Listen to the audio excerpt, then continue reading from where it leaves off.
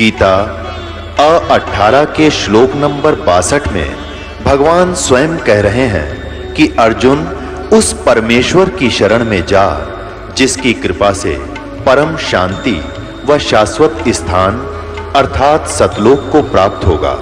वो परमेश्वर कौन है, कहां है, कैसा है, जानने के लिए कृपया अवश्य सुनिए जगत गुरु तत्वदर्शी संत रामपाल जी महाराज के अमृत वचन।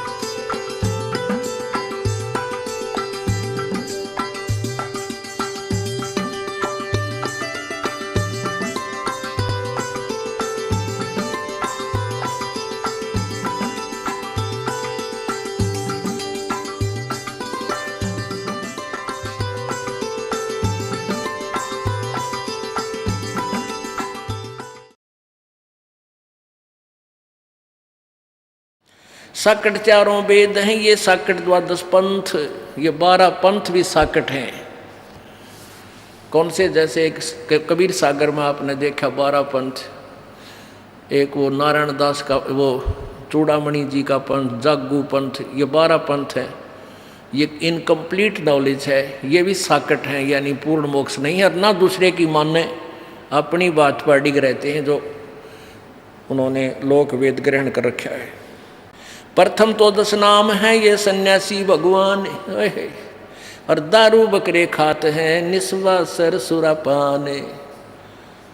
ये पहले ये 10 सन्यासी भगवान बने फिर कहते ये भी साकट हैं। शराब नहीं है छोड़ा नहीं, मांस की इनका टाल दिनों का भैरो मांगा है, भैरो का चढ़ा दे बकरार एक बोतल, वो चढ़ाने वाला चढ़ा के चला जाए, वो पाछा पकाओ और खाओ गुटी लाओ। ऐसे कर्म अपने बिगाड़े और साथ में ये जमानों के। 4 संप्रदा देख ले ये 52 द्वारे जाए, भांग तमाकू खाते हैं ये पत्थर कंठ लगाए। ये संतों के पंथ हैं जो टुकड़े पानी चाहें, जिन ये पंथ चलाई या वे तो अगम अगा अथा है। गुरु गलतियों होते हैं नानक जे हे पंथ, फिट जन्नीति संत की दो साकट सिस ग्रंथ। अब गुरु गलत न्यू हो गए, जैसे नानक साहब ने कितना पवित्र एक अलग से भगवान की विधि का मार्ग चलाया था। अब इसमें आगे चल कर ये क्या करने लगे, शराब की इनका टालना, मांस की इनका कोई बाधा नहीं रही, और सभी सिख बना दिए। तो कोई शराब पियो भी सिख, मांस खाओ वो भी सिख। अरे सिख का काम शराब मांस तम्बाकू पीना होता है? जो इन वस्तुओं के निकट भी नहीं जाओ वो सिख है। तो यहाँ क्या बताते हैं, गुरु गलतियों होते हैं। अब नानक जी के पंथ में जो ऐसी बुराइयाँ पड़गी, वो घर करगी, तो उस महापुरुष को भी इस बात की लानत लगती है कि ऐसे महापुरुष के पंथ में ऐसी ऐसी ऐसी बुराई आ गई। क्यों आ गई? क्योंकि साकट शेष बना शक बन गए। क्योंकि जो शराब पिए वो भी शक, मांस खाओ वो भी शक, और सारे शक नहीं। ये धार्मिक व्यक्ति नहीं होते जो मांस शराब तम्बाकू का प्रयोग करें, चाहे कोई भी करता है, हिंदू करो चाहे मुसलमान, सिख करो चाहे ईसाई। पंडित साकट कौन विधि इसका निर्णय दे, वह तेरा में जी मत फिर है तो कंठी मत ले। पंडित साकट कौन विधि इसका निर्णय दे, सूतक संचा खाते हैं जिनके मोंडे खे।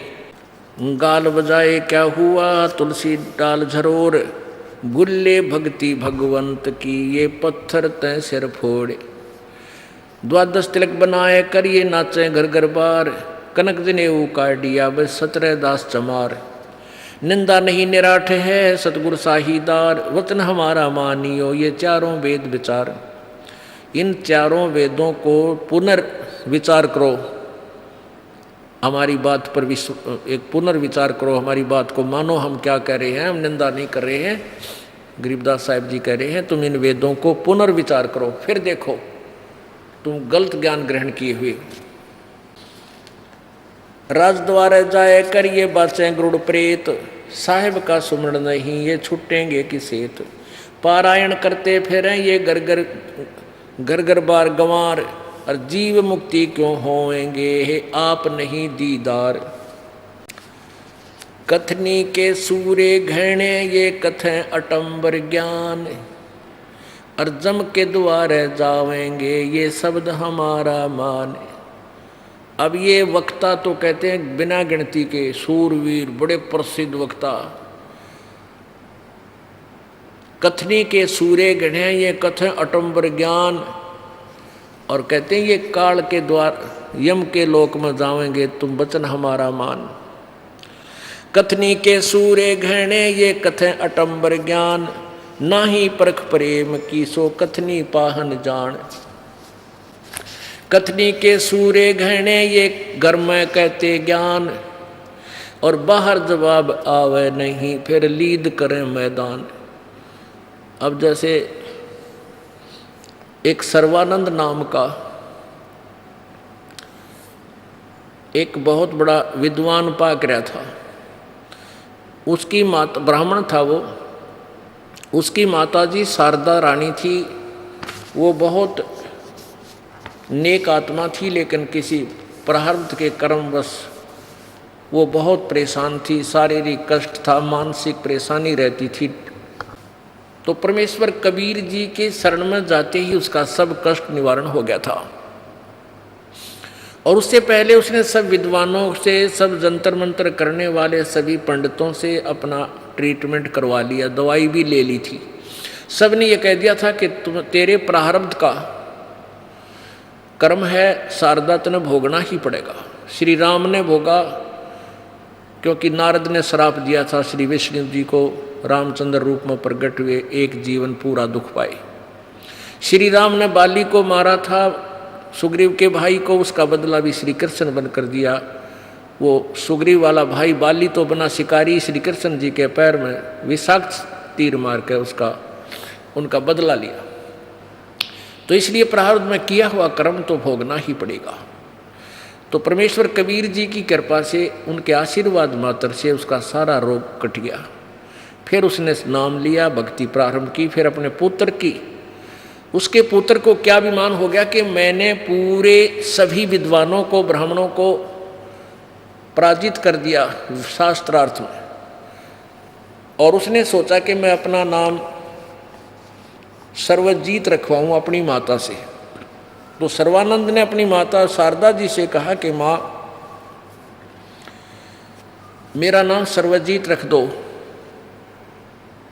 माँ ने कहा बेटा सर्वानंद कौन सा बुरा नाम है, ये बहुत अच्छा नाम है, कारण क्या है? तो सर्वानंद ने कहा कि माताजी मैंने सभी विद्वानों को शास्त्रार्थ में पराजित कर दिया, और मैं चाहता हूँ कि मेरे नाम से ही विदित हो जावे कि ये है वह सर्वजीत जिसने सब विद्वानों को पराजित कर दिया।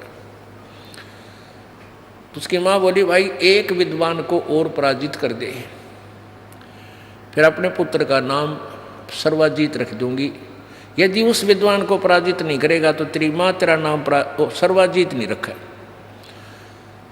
अब वो कहने लगा माँ बताओ कौन है वो विद्वान? कि कबीर परमेश्वर। वो कहने लगा कौन कबीर? वो कबीर, वो जुलाहा कबीर। कहाँ बेटा? वो भगवान कबीर बोल। वो कहने लगा माता वो तो अनपढ़ है, शिक्षित, तो वो क्या जाने वेद शास्त्रों के बारे में, अभी गया और अभी आया। अब सर्वानंद परमात्मा के पास पहुंचा। उस जुलाहा कॉलोनी में सर्वानंद गया। वो क्या करता था, एक बैल के ऊपर गधे की तरह बोरा रख के, थैला रख के, और उसमें चारों वेद, 18 पुराण, उपनिषद, भागवत और गीता सारे रखा करता कि कोई शास्त्रार्थ बात करे उसी से मैं काट के दिखा दे, देखिए लिखा इस पृष्ठ पे। उसको कंठस्थ याद थे, वेद में ऐसा लिखा, वो साथ रखता था। वो पहुंचा वहां पर, कहाँ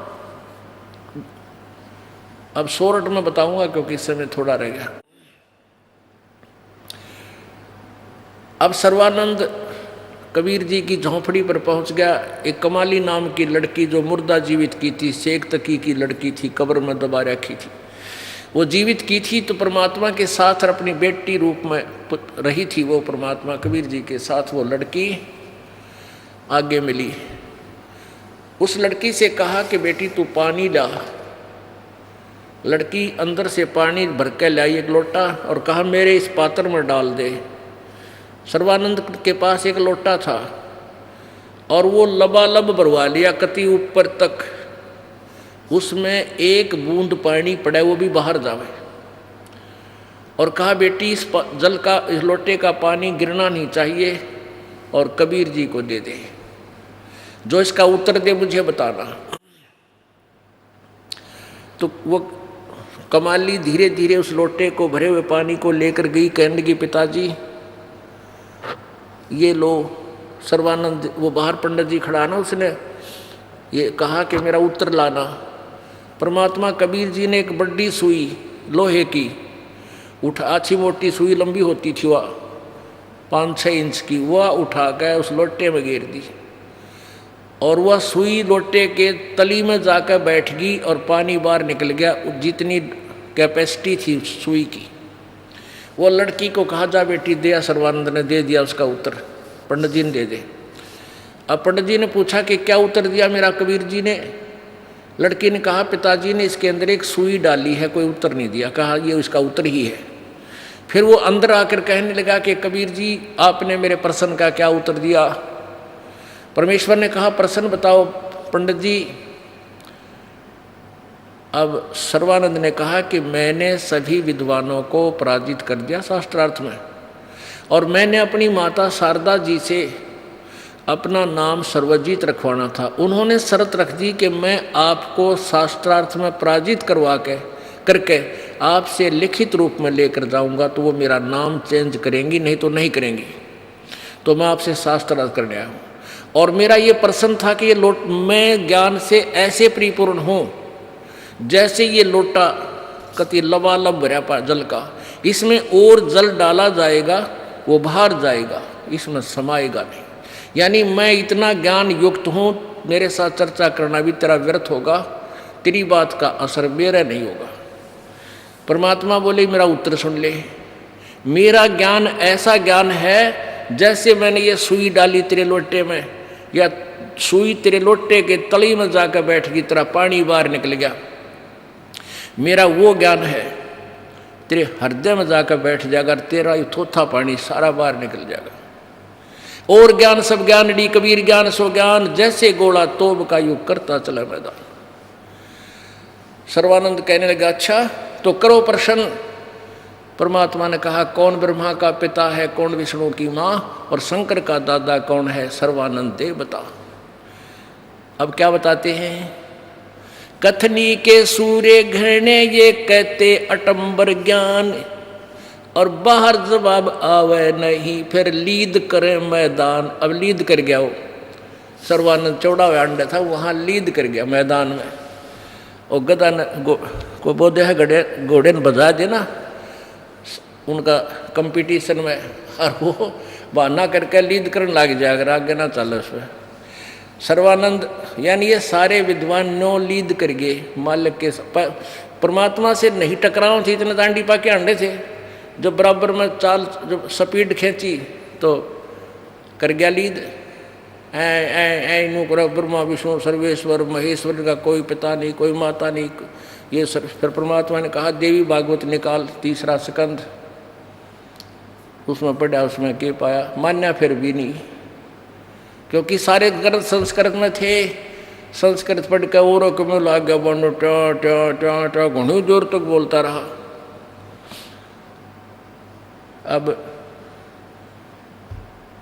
जो वहाँ दर्शक थे वो जुलाहे थे सारे अशिक्षित।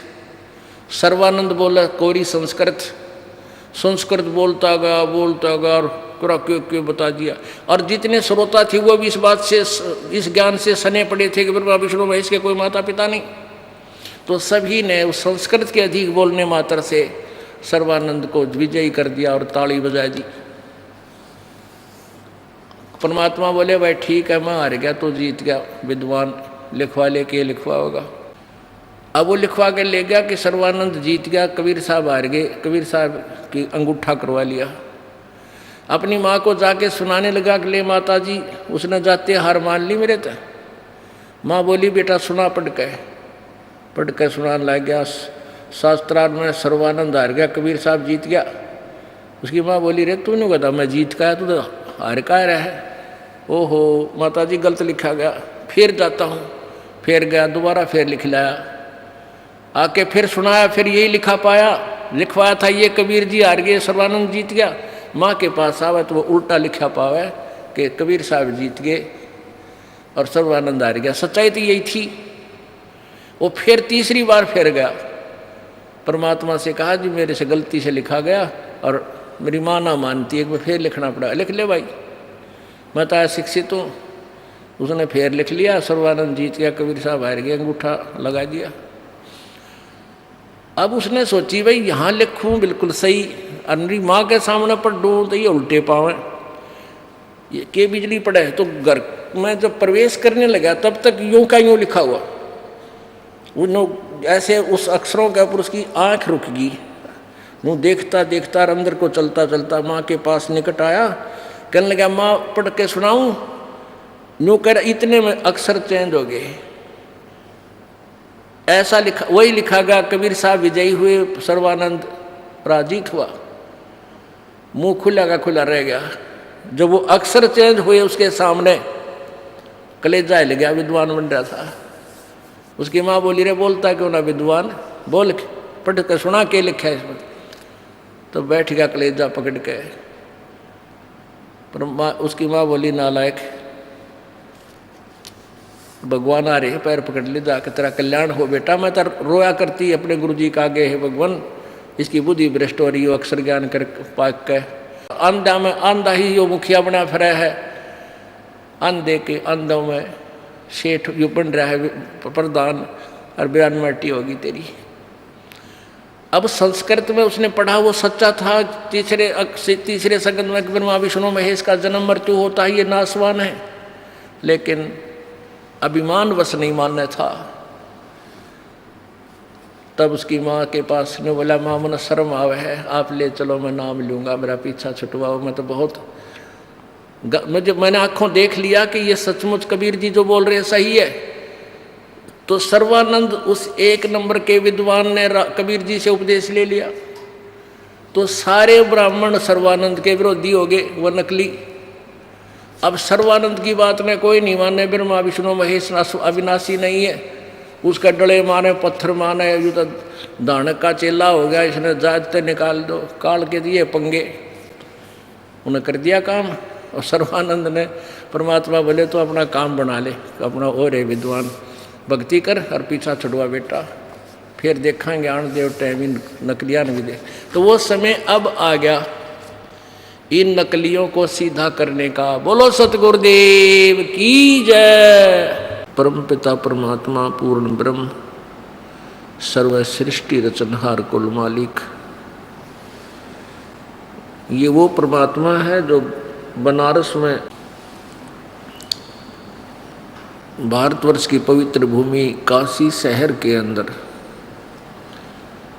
सन 1398 संविक्रमी संवत 1455 ज्येष्ठ सुदी पूर्णमासी को एक लहर तारा नामक तालाब में एक कमल के फूल के ऊपर नवजात शिशु रूप धारण करके वो परमात्मा विराजमान हुए। वो परमात्मा सतलोक से चलकर आए अपने निज स्थान से। अपने पूर्व वचनों अनुसार एक नीरू नीमा नाम के जुलाहा पति पत्नी परमात्मा को अपने घर ले गए, उनका कोई संतान नहीं थी। उस जुलाहा घर में, जुलाहा वर्ण में लीलावत वहाँ कार्य करने से वो परमात्मा जुलाहा कबीर नाम से प्रसिद्ध हुए। फिर वो परमात्मा एक विशेष कवि नाम से भी कवि, उपमा से भी सुशोभित हुए। और वो परमात्मा स्वयं परमात्मा भी है।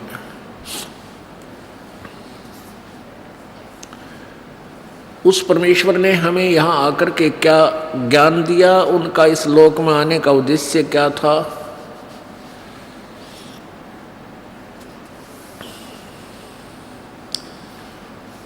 उनका उद्देश्य था कि वो हमें अपने निज घर के बारे में, जहाँ से हम आए हैं, वो जानकारी दें। और उस जानकारी के बिना हम इस काल के अज्ञान के आधार से हम अपना यही जीवन समझ चुके हैं कि जन्म हुआ, फिर अपना जैसा प्रयत्नवत बड़े हुए, संस्कारवत संतान हुई, शादी हुई, इनकी परवरिश कर दी, फिर ब्याह शादी कर दी, हमारी मृत्यु हो जाए। हमने इतना ही प्रोसीजर इस मनुष्य जीवन का सोच रखा था। अब जब परमात्मा की रोशनी में, तत्वज्ञान के प्रकाश में हमने देखा कि ये जो कुछ हो रहा है ये तो हमारी मजबूरी है, हमारे पिछले कोई ऐसे संस्कार उलझे हुए हैं जिससे हमने ये सब क्रियाएं करनी आवश्यक हैं, लेकिन जो कार्य हमने करना चाहिए था मनुष्य जीवन से, उसका तो हमें ज्ञान भी नहीं। वो परमात्मा ये ज्ञान देने आए थे। अब कई भक्त कहते हैं, अनजान व्यक्ति कहते हैं, यदि कबीर जी भगवान थे और तो आप लोग इस 21 ब्रह्मांड को काल की जेल बताते हो, और यहाँ सब कर्मों के बंधन से ही आकर यहाँ बंधे हुए हैं इस काल की जेल में, कर्म बंधन से, तो कबीर परमात्मा यदि भगवान है तो उनको यहाँ आने की क्या आवश्यकता थी। इससे सिद्ध है कि वो भी कोई कर्म की मार से ही यहाँ आए हैं, वो भी बंधन में बंधे। पुण्यात्माओं, ये अनाड़ी सोच होती है। आध्यात्मिक ज्ञान से अपरिचित व्यक्ति के अंदर ऐसे शंका रूपी खरपतवार का उपज जाना कोई बड़ी बात नहीं। एक चुटकुला है छोटा सा। एक जेल के अंदर एक कैदी, वहाँ कैदियों की ड्रेस ऐसी होती थी, सिर पर टोपी और पजामा और कुर्ता। तो एक दिन भारत के प्रधानमंत्री जी पंडित जवाहरलाल नेहरू जी ने किसी जेल का निरीक्षण करना था और कैदियों को स्टैंड टू कर दिया कि आज भाई प्रधानमंत्री आ रहे हैं, पंडित जवाहरलाल नेहरू जी, और सबको कहा भी अपना ठीक ठाक रहिए, हो सकता है मेर कर दें तो किसी की कैद को भी माफ कर सकते हैं वह। तो सबकी उत्सुकता थी, भाई मैं पंडित जवाहरलाल नेहरू जी आवेंगे, देखेंगे उसको। तो वो पंडित जवाहरलाल नेहरू जी जेल में प्रवेश हुए, उनके साथ बॉडीगार्ड 5-4 सिपाही सैनिक साथ थे, और उनकी ड्रेस भी ऐसी थी जैसी कैदियों की थी, सिर पर टोपी, कुर्ता पजामा। एक कैदी बोला, भाई कौन सा है जवाहरलाल नेहरू? ने बोला वो आन लग रहा। बोला अच्छा, बोला कदे कदे हम भी जवाहरलाल नेहरू बन के आए थे, अड़े आन दे भाई ने, हो जाएगा थोड़े दिन में ठीक यो भी। अब उन्होंने सोचा ये भी पकड़ के लाए हैं पुलिस वाले, इस नाड़े हमारे दौरा बंद करेंगे। ने बोला कदे कदे हम भी नहीं आए थे जवाहरलाल नेहरू बन के, पराड़ा पास बेरा पट्टा के बूंदी बने इंसान के लिया, यो भी सीधा हो जाएगा। तो पुण्यात्माओं, उनकी इतनी ही सोच थी कि इस कैद में कैदी ही आते हैं और पुलिस वाले ऐसे ही पकड़ कर लाते हैं, यहाँ छोड़ जाते हैं। लेकिन वो राजा थे, वो किसी अपराध के कारण उस जेल में नहीं गए थे। ऐसे ही ये परमेश्वर कबीर जी हमें राहत देने के लिए इस काल की जेल में ऐसे ही आते हैं, हमारे जैसे ही लगते हैं, लेकिन ये होते हैं परमेश्वर। ये हमें क्या बताते हैं आकर के परमात्मा? भाई और बात तेरे काम न आवे, तू संतो शरण लाग रे। के सोवे गफलत में बंदे, जाग जाग नर जाग रे, जाग जाग नर जाग रे। और बात तेरे काम न आवे, संतों शरण लाग रे। के सोवे गफलत में बंदे, जाग जाग नर जाग रे, जाग जाग नर जाग रे।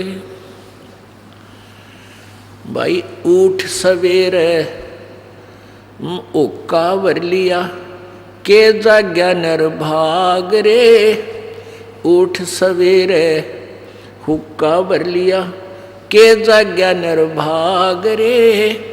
राम बजाना सुकर्म कीन्या, ये फुटे तेरे बाग रे, फुटे तेरे बाग रे। और बात तेरे काम न आवे, संतों शरण लाग रे। के सोवे गफलत में बंदे, जाग जाग नर जाग रे, जाग जाग नर जाग रे।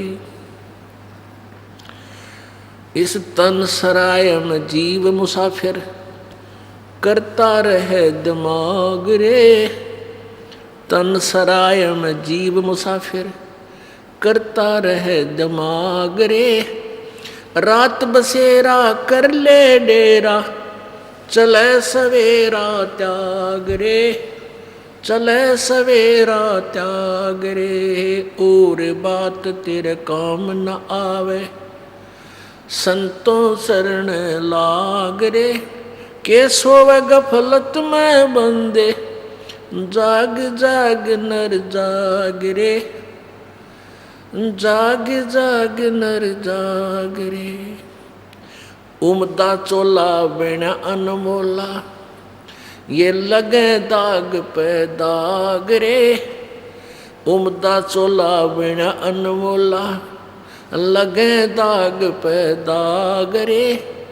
2 दिन की गुजरान जगत में, जले बिरानी आग रे, जले बिरानी आग रे। और बात तेरे काम न आवे, संतों शरण लाग रे। के सोवे गफलत में बंदे, जाग जाग नर जाग रे, जाग जाग नर जाग रे। भाई कुब्ज कांचड़ी चढ़री चित पे, तू हो रहा मनुष्य नाग रे। कुब्ज कांचड़ी चढ़री चित पे, तू होया मनुष्य नाग रे। सूझे नहीं सजन सुख सागर, बिना प्रेम बैराग रे, बिना प्रेम बैराग रे। और बात तेरे काम न आवे, संतों शरण लाग रे। के सोवे गफलत में बंदे, जाग जाग नर जाग रे, जाग जाग नर जाग रे। भाई हर सुमरे सो हंस कहावे, वो कामी क्रोधी काग रे। हर सुमरे सो हंस कहावे, यो कामी क्रोधी काग रे। भौरा ना भर में विष के वन में, चल बेगमपुरी बाग रे, चल बेगमपुरी बाग रे। और बात तेरे काम न आवे, संतों शरण लाग रे। के सोवे गफलत में बंदे, जाग जाग नर जाग रे, जाग जाग नर जाग रे। शब्द सैन सतगुरु की पछाणी, यो पाया अटल सुहाग रे। शब्द सैन सतगुरु की पछाणी, पाया अटल सुहाग रे।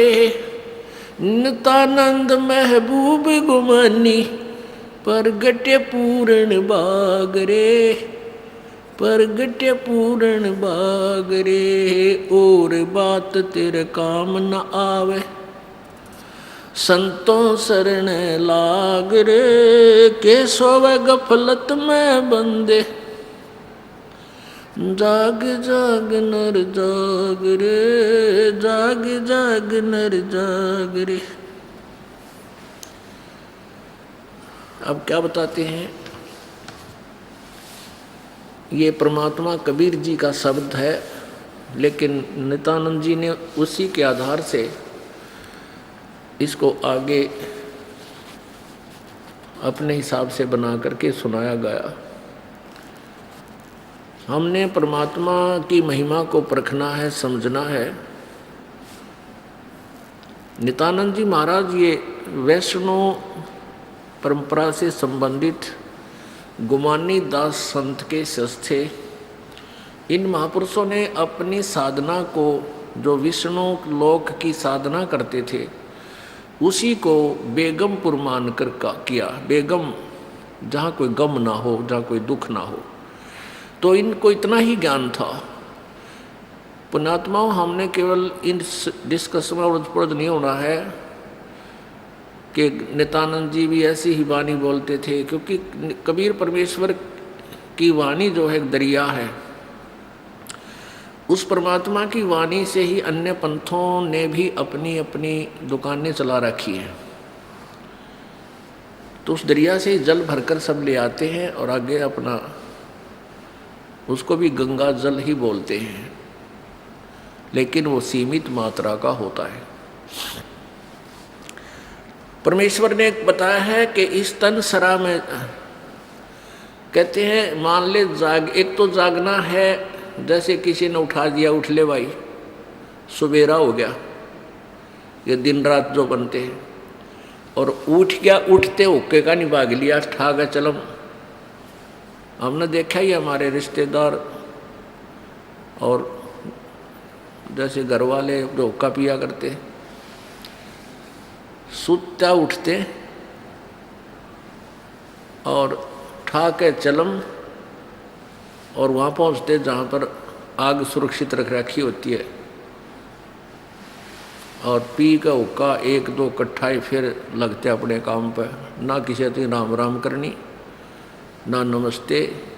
मतलब मार ऐसी स्थिति देखी इस दास ने। अब वो देखता हूँ तो ये परमात्मा कित पैदा हो गए थे। हे भगवान, हम एक बार सत्संग करने चले गए पलवल का ना, पलवल में हमारा एक सेवक है जो कमिश्नर से रिटायर हुए हैं, भक्त गुलाब सिंह जी। उन्होंने वहाँ सत्संग करवाया अपने भाई के यहाँ। हम सुबह सैर सपट्टे घूमने के लिए जाते तो रास्ते में जितने भी व्यक्ति मिलते वो नो करते राम राम राम राम। यानी कोई भी मिलता घूमने फिरने वाला, बूढ़ा मिला चाहे जवान चाहे बालक, राम राम भाई, राम राम जी। अरे तेरा गजब हो। और हम कित थे रोहतक जिले में, राम राम तो दूर नुकार दे नमस्ते, और ठीक से नमस्ते। नमस्कार अर्थ होता है न्यू करना, नमन करना, नीचे को गर्दन करना। जो करते नमस्ते ठीक है, राम राम तो बहुत बारी कहा करते। तो अब उस अतिथि से निकलकर अब कहाँ हम पहुँचे, तो वहाँ क्या कर, उसके विषय में बताया है परमेश्वर कबीर जी ने कि ऊठ सवेरे वो काबर लिया, फिर के जाग्या नर भाग रहे, उठ दे फिर पाप शुरू कर दिए। कोई राम बजाना कोई शुक्रम कीना, ये फूटे तेरे भाग रहे। इस तन सराय में जीव मुसाफिर करता रहे दिमाग रे। इस तन रूपी सराय के अंदर ये जीव मुसाफिर है। ये कुछ दिनों का मेहमान इसमें आकर रुका हुआ है। इसने जितना इसका किराया दे रखा है तब तक ये कमरा इसके पास रहेगा। जब वो किराया पूरा हो जाएगा तो तुरंत उसको छीन लिया जाएगा, बाहर कर दिया जाएगा। ये प्राणी इस शरीर रूपी सराय से, धर्मशाला से, इस होटल से। इस होटल में किस लिए आए थे? दूर देश में इसलिए जाते हैं कि कुछ पैसे ले जाते हैं, वो धन ले जाते हैं, उससे आगे बिजनेस करके धन वृद्धि करके फिर वापस लौट आते हैं। तो ये श्वास रूपी पूंजी हमें इस शरीर रूपी सराय मिली है। श्वास रूपी पूंजी है, मनुष्य शरीर है। इस श्वास रूपी पूंजी से यानी मनुष्य जीवन से हमने शुभ कर्म करके ये सौदा करना था, बिजनेस करना था और दुगना तिगना चौगुना बनाना था। हम सत भक्ति ना करके अपने उस, जैसे एक रेस्टोरेंट में गया कोई व्यक्ति 1 लाख रुपया ले गया बिजनेस करने के लिए और बिजनेस किया नहीं, व्यापार किया नहीं, उसी में से खा रहा है, उसी में से गुट्टी ला रहा है, उसी में से किराया दे रहा है। और दूसरा वहाँ गया है, उस लाख रुपए में से किराया भी दे रहा है और साथ में बिजनेस भी कर रहा है। उसने तो दुगने तिगने चौगने करके पूंजी लेकर वापस आ गया और जो बिजनेस नहीं कर रहा है उसने वो पूंजी खत्म कर दी जो धन लेकर गया था, मूल धन। तो वापस वो भी वापस आ गया क्योंकि पैसा रहा नहीं, दूसरा कमाई करके वापस आ गया। तो ऐसे परमात्मा हमें याद दिलाते हैं कि तुम यहाँ इस तन सराय में जीव मुसाफिर, और तुम अपनी अपनी सोच में अटकड़ अड़ाए बैठे हो। करता रहे दिमाग रे, कह के सोच ठाए रहे, हर करना था वो काम कर नहीं रहे। एक भक्त ने बताया कि मेरे मामा जी की 3 लड़कियों की शादी थी, 5 लड़कियां थी उसके, और मेरी मामी बहात न्योत का आवे थी, रोहतक के स्टेशन उस पर बस स्टैंड पर खड़ी थी। अब जिसके 3 लड़कियां का ब्याह हो और दिन थोड़े रह रहे तो उसके दिमाग की सुई तो मेरे ख्याल में 180 की स्पीड तो चलती है। ऐसे करूँगी, ऐसे करूँगी, वो लाना है, सोरी का फलाना चीज़ लाना है, ऐसा करना है, न्यू करना है, फलाना करना। तो वह खड़ी खड़ी ऐसे अपना दिमाग घुमा रही थी। दूसरी एक गाड़ी से उतरी, दूसरी गाड़ी में बैठने का इंतज़ार कर रही थी और पीछे से एक बस आई। उसने कंडक्टर था को ना, ड्राइवर ने अप्रोक्सीमेशन सी वह बैक करने लग गया। वह बस स्टेडी हो गए और उस बहन की छाती में लगी, वह खड़ी सामने और बस आन लग रही। उसने ये नहीं पता बस तेरी जान लेगी, वह सोच रही पता नहीं के घूम रही पता नहीं कहाँ। तो पीछे एक पिलर सा होता है, पिलर और बस के बीच में आकर वह पिचक गई। आध घंटे तड़प कर वही मर गई। अब यहाँ बताते हैं परमात्मा, और बात तेरे काम न आवे तो संतो शरण लाग रे, और केस होवे गफलत में बंदे जाग जाग नर जाग रे। इस तन सराय में जीव मुसाफिर यू करता रहे दिमाग रे, रात बसेरा कर ले डेरा तू चले सवेरा त्याग रे। अब ये जीवन आपका एक रात्रि है और जिस दिन यह रात्रि पूरी हो जाएगी, सवेरा होगा तेरा, तो यहाँ से तुझे खाली करना पड़ेगा। ये सराय खाली करनी पड़ेगी और ले जाएंगे यम के दूध पकड़ के।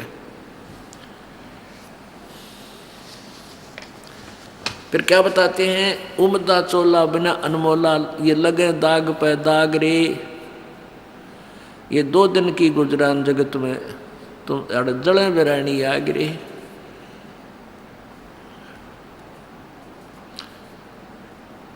पुण्यात्मा ये बात विचार करण की है।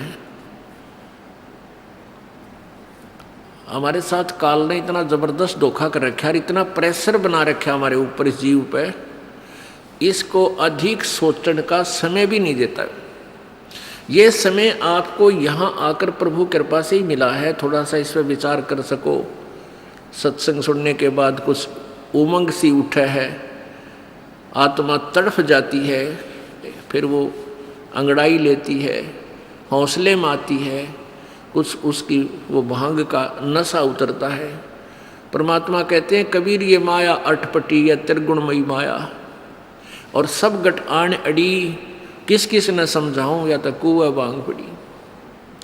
तो ये भांग का नशा, यहाँ एंटीबायोटिक औषधि यहाँ खिलाई जाती है परमात्मा के महिमा की, इससे ये भांग उतरे, फिर ये प्राणी परमात्मा की तरफ अपने आप सरकन लग जाता है, जैसे बालक चलता है धीरे धीरे।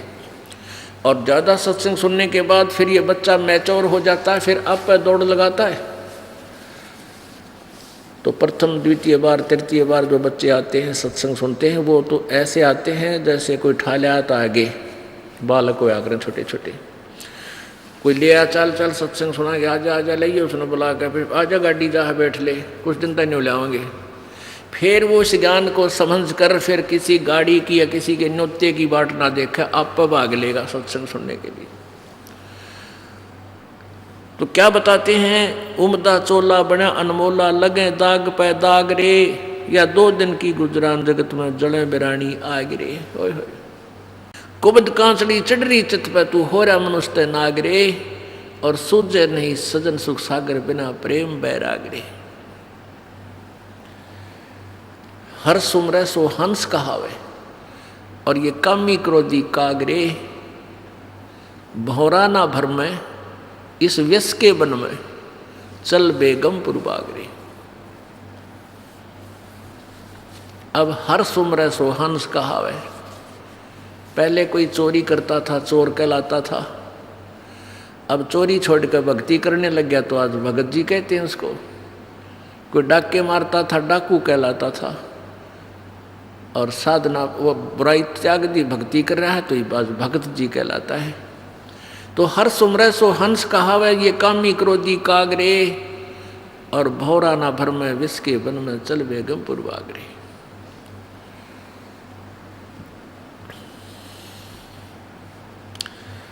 शब्द सैन सतगुरु की पिछाणी, और पाया अटल सुहागरे। शब्द सैन, सैन माने संकेत, जैसे किसी विशेष आपत्ति में आप हैं और वहाँ आपका साथी आ जाता है, उसको इशारा करते हैं कि आँखों से इशारा करते हैं वैसे जरा सा, इसको सैन बोलते हैं, इसको संकेत बोलते हैं। यानी ज़्यादा कहने की बजाय संकेत ही समझो। अब क्या कहना चाह रहे हैं कि जो पुण्यात्मा हैं, पिछले जन्म के संस्कारी हंस हैं, वो तो ये विचार सुनते ही तुरंत फड़क कर जाग जाते हैं, जैसे कोई गहरी नींद से जागा उठ कर और एकदम सपना सा टूटे। और जो पिछले संस्कार जिसके अच्छे हैं नहीं, उस व्यक्ति के सत्संग के वचनों का असर देर से होता है, बहुत देर से होता है। 2 प्रकार से मानव शरीर प्राप्त होता है।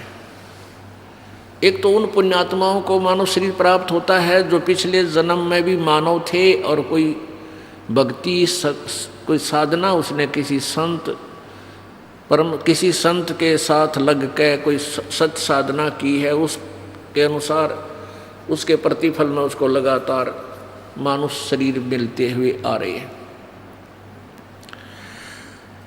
यानी पिछले पुण्यों के आधार से मानव शरीर कंटिन्यूस जिनको मिलते आ रहे हैं, कंटिन्यूस लगातार, तो उनका जल्दी असर होता है, वो सैन समझ जाते हैं, संकेत समझ जाते हैं।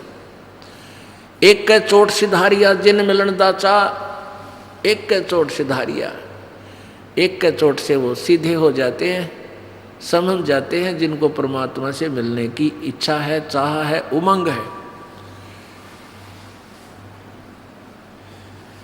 2 प्रकार से मानव शरीर प्राप्त होता है। एक तो वो पुण्यात्मा जो पिछले संस्कार पुण्य संस्कारों से लगातार मनुष्य जीवन प्राप्त करते ही आ रहे हैं, और दूसरा ऐसा होता है, विधान है प्रभु का, कबीर परमात्मा ने विधान बना के इस काल को दे दिया कि 84 लाख योनियों के शरीरों में कष्ट भोगने के उपरांत एक टर्न वाइज मानव शरीर अवश्य जीव को दिया जाएगा। और दूसरा, इस काल की एक व्यवस्था भी है, मजबूरी होगी कि परमात्मा ने इसको इसके अपराध का दंड दिया कि 1,00,000 मानव शरीरधारी प्राणी तो नित्य आहार करेगा और 1,25,000 उत्पन्न करेगा। अब कुछ भोली आत्मा ये कहती हैं कि कबीर भगवान तो परमपिता हैं, दयालु हैं, उन्होंने इसको श्राप क्यों दे दिया। ये श्राप समझो चाहे हमारे लिए एक उपहार समझो। यदि परमात्मा इसको ये श्राप ना देता तो 1,00,000 मानव शरीरधारी प्राणी खाओगा तो ये मनुष्य जीवन कभी नहीं देता अपने को। इसको पता है कि मनुष्य जीवन में ये परमात्मा को पहचान लेगा। और उसके बाद भी कितना खाड़ा कर रखा हमारे जी ने, इसने नकली संत भेज कर झूठी कहानी कथा हमारे हृदय में पेश करवा दी, परमात्मा से कोसों दूर करवा दिया। ईब के घाट गाल रखी है, अभी कोई कसर नहीं छोड़ रखी इसने हमें मूर्ख बनाने में। वो तो परमात्मा आते हैं अपने प्यारी आत्माओं को, क्योंकि हमारे पिता वही हैं। और अपने को कहते नहीं होता दुनिया मरा बतेरी पर अपने का दुख होश है। दुनिया बेशक मरो पर अपना मरा जब उसका दर्द होया करे। तो हम हमारे पिता कबीर जी हैं और उस कबीर जी को हमारा दुख है, इनका कोई दुख ना है। ना इस काल का आंसू आंदे, ना ब्रह्मा विष्णु महेश का आंसू आनते हमारे अड़ब्रन माटियों से। हमारे कबीर भगवान का आंसू आते हैं क्योंकि हम उसकी आत्मा हैं। अब जैसे कोई किसी की बेटी दुखी हुआ है, पता लगा माता पिता ने, उनसे जुड़ी हुई अंश है वो, या बेटा कहीं कष्ट में है तो माँ बाप ने नींद नहीं आवे, सारी रात उनका बेचैनी लगी रहती है, वो रोते रहते हैं। तो ऐसे ही हम परमात्मा कबीर जी की संतान हैं। चाहे आज गधा बना रखा है इस काल ने हमें, चाहे गधी बना रखा है, चाहे कुत्ता, चाहे सुअर, और चाहे राजा बना रखा है, चाहे महादेव बना रखा है, चाहे ब्रह्मा विष्णु महेश बना रखा है। हम उस क्रम कबीर परमात्मा की आत्मा है। एक समय कागभूषण और गरुड़ जी का आपस में संवाद हुआ। गरुड़ जी ने पूछा कागभूषण जी से कि हे देवता, आपके पास में आता हूँ मुझे परम शांति सी मिलती है, और आपके चेहरे की रौनक, आपके शरीर का जो तेज है इतना अच्छा है, मैं देखता ही रह जाता हूँ। यो कैसे दाव लग गया तेरा? मैं पूछना चाहता हूँ कि आपके ऊपर कैसे कृपा हुई परमात्मा की, जो आपको ऐसी साधना भक्ति मिली जिससे आप कितने जो है ना देव पद को प्राप्त किए हुए हो, कितने अच्छे लग रहे हो। अब गरुड़ जी बता रहे हैं, गरुड़ जी को कागभूषण जी बता रहे हैं। क्या बताते हैं कि एक बार मुझे मानुष जीवन प्राप्त था। मेरे माता पिता थे, भाई बहन थे। अचानक एक दुर्भिक्ष गिरा, अकाल गिर गया, वर्षा नहीं हुई, और इतना भयंकर अकाल गिर गया कि इंसान को इंसान खाने लग गया। पत्ते पत्ते तोड़ कर खा लिए, घास फूस भी नहीं बचा। मेरे माता पिता भी तड़पते हुए भूख के मारे शरीर छोड़ गए। मैं 20 वर्ष की आयु थी मेरी, मैं जवान था, भूख प्यास को सहन कर गया। मेरे माता पिता वृद्ध थे, वीक थे, कमज़ोर थे, भाई बहन छोटे थे, वो भी मेरी आंखों के सामने दम तोड़ गए भूख के कारण। तो एकदम मैं वहाँ से चल के अवंतिका नगरी में पहुँच गया।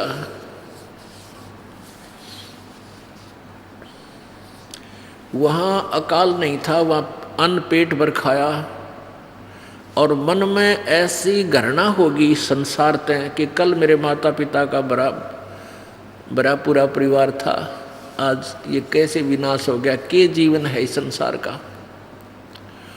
तो कागभूषण जी बता रहे हैं कि पहले मेरे असंख्यों मनुष्य जन्म हो लिए थे, मैंने कभी भक्ति नहीं की थी,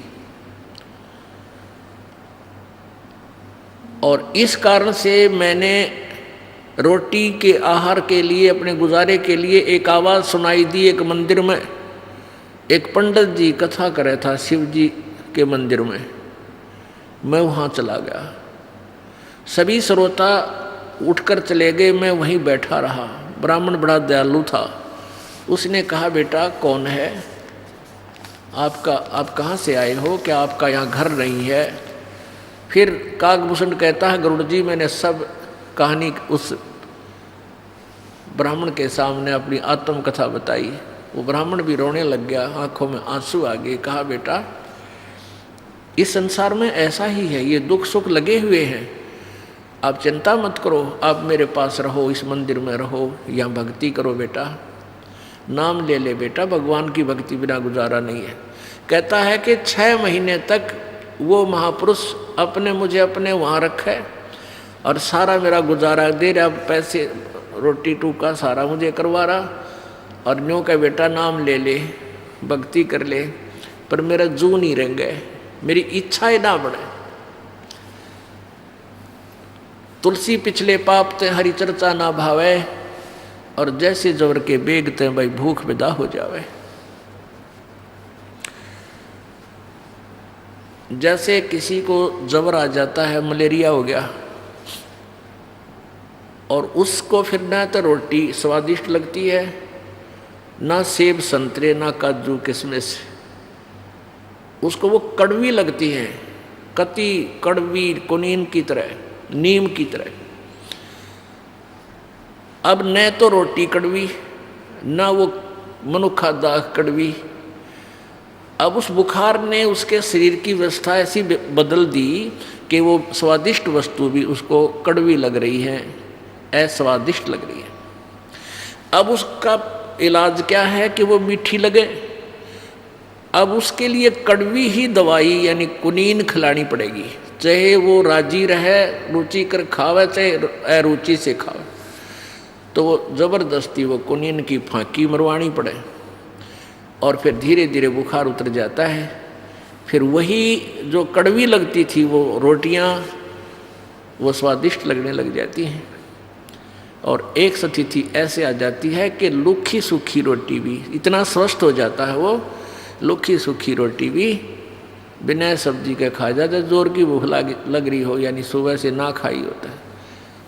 तो कहने का भाव ये है कि जैसे जिसके जितने पाप अधिक हैं उस प्राणी को ये राम नाम की मनुखा दाख, ये अमृत आहार अस्वादिष्ट लगता है। उसने तो रागनी चाहिए कंपटीशन वाली, क्या फिल्मी गाने सुनने चाहिए जो मैं तन्नक तन्नक 36 बाजे बाजे। अब उसने वो तो अच्छी लगे, लेकिन राम नाम की यह कथा कुनीन से भी कड़वी लगती है। उसका इलाज क्या है कि उसको भी अच्छी लगे, ये स्वादिष्ट वस्तु स्वादिष्ट लगे। उसका एक ही ट्रीटमेंट है कि उसने सत्संग सुनने चाहिए, चाहे उसको कड़वे लगे चाहे अच्छे लगे। जैसे कुनीन खानी होती है ना, वो फांके मारने पड़ते हैं चाहे बेशक कड़वी लगे, तो उसी से वो फिर स्वस्थ होगा। तो परमात्मा की कथा दोनों काम करती है, एंटीबायोटिक की भी और आहार का भी। तो काकभूषण कहता है कि 6 महीने मैंने उसकी पंडित जी की संगत करी, पर मन में नहीं आया नाम ले लूं, ना मैं नाट्या और जाऊं कहाँ, टूक मिले नहीं की तय, थोड़ी बहुत सफाई करूं मंदिर की और अपना वह अब कथा करते रहे, मैं बैठा रहूं, वो कथा कर जाऊँ, श्रोता सुन कर चले जाऊँ, मैं प्रसाद बांट दूँ। लेकिन परमात्मा ने बताया है कि ऐसे ही धीरे धीरे वो कुनीन ट्रीटमेंट लंबा चल गया उसका। 6 महीने के बाद उसके मन में आई कि नाम ले लूँ, थोड़ा सा नरम हुआ, आँखों में पानी आया। नहीं तो यूँ कहता मेरे सारे भाई बहन भी मर गए, मेरी आँखें मासूम नहीं आई, यानी दिल इतना कट्टर हो गया, अंदर इतना रोष पैदा हो गया भगवान के प्रति, क्या गा भगवान है ये जब सारा कुंबा मार दिया, यानी इस तरह की भावना मेरे अंदर आई। और फिर वो 6 महीने प्रेरणा चेतावनी सुन के फिर नाम ले लिया। अब देख काल का जाल, पहले तो पुरानी नाम लेकर राजी नहीं, और कोई संत मिल जावे ढंग का, फिर इसमें कुछ दिनों के बाद फिर अभिमान का एक और अंकुर फूटा हुआ है। अब क्या हुआ कि कुछ दिन के बाद उस वो काकभूषण बता रहा है कि मैंने वो कथा जो गुरुजी सुनाया करते वह सारी याद कर ली।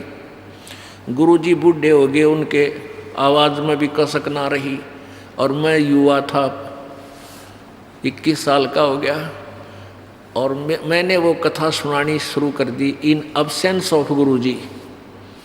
गुरुजी अपने घर चले जाते, पाछे से श्रोता आ जाते, बैठ जाते, तो मैं कथा करने लग जाता।